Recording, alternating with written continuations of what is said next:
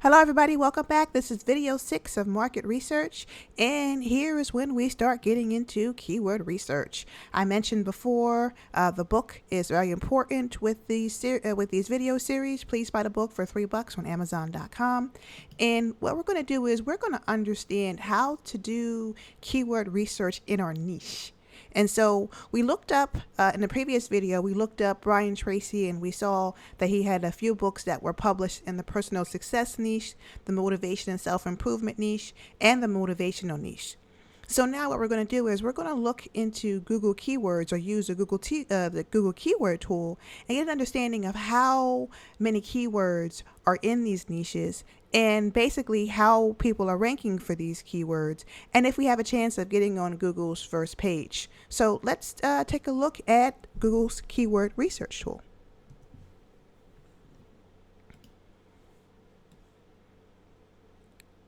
So here we are at Google's keyword research tool. If you haven't signed up for this tool yet, you can just sign in today. I have a previous video where I explained to you how this tool works. And basically, all you're going to do is use your Google account, and then there's another area that allows you to sign in and gives you access to the tools. Okay, so you're going to go here to the tools area, and then you're going to go to the search for new keyword and add group ideas.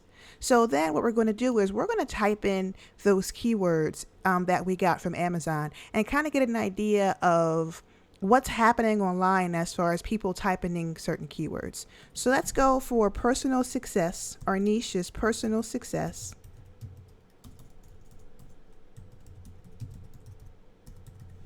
And we're going to go down here and put get ideas, and click on get ideas. And so we can see here personal success planning, succession planning. So we can get an idea of what's hot on the internet. And we see here personal success plan is it gets 40 average monthly searches. It's pretty low as far as competitors are concerned. But if we look here, we see succession planning, and that has 8,100 monthly searches. It's high in the competition category, so it's going to be expensive to buy this keyword. So if you were to buy this keyword, or to bid on a keyword is a proper name to bid on it, it's going to be starting at $8. So you can kind of get an idea that this is a really, really, really great keyword. Okay, it gets a lot of hits. The competition is high, and people are spending $8 for this keyword. So we're going to do something else. We're going to go and see who's in the race. Who's in the race for these keywords? Okay, so we're going to do that. We're going to see who's in the race for these keywords, and kind of get an idea of how we can win, or kind of get an idea of what our chances are of getting in that first position on Google. So we're going to put these in quotation marks, so that way it limits our searches. And we can see here it's a really popular keyword. So our chances of actually ranking for this are slim to none.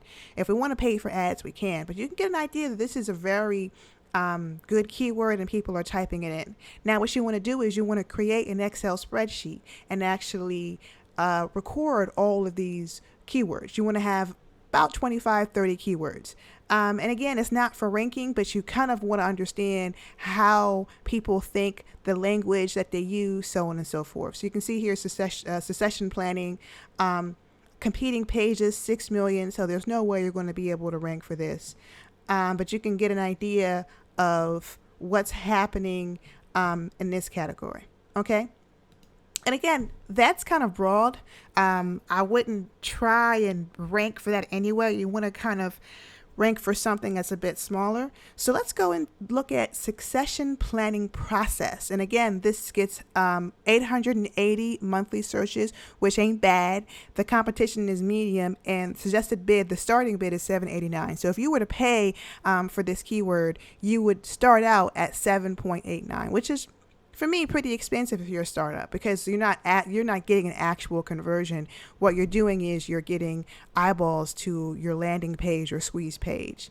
So let's do something. Let's go ahead and let's highlight this keyword, and let's put this in Google in quotation marks, and let's see how many competing pages we have, how many people are actually in the race.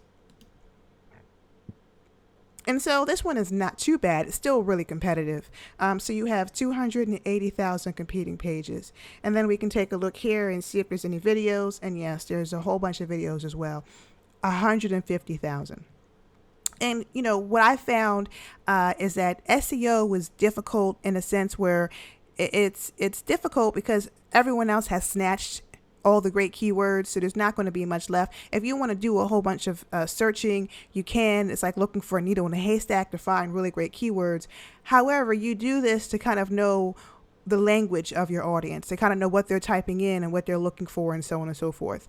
And the best way to use SEO now is to rank for keywords that are trending or on the cusp of going viral. I mean, that's the only way to use SEO today. I mean, there's a lot of marketers that write huge articles about SEO being dead. And yes, it is effective, but the way that we used to do it 10 years ago, it can't be done anymore. But this is just a matter of you understanding what's hot, what languages people are using, and so on and so forth. And you want to use these things in your articles, in your blog posts, and in your videos, so that way people can find you based on keywords.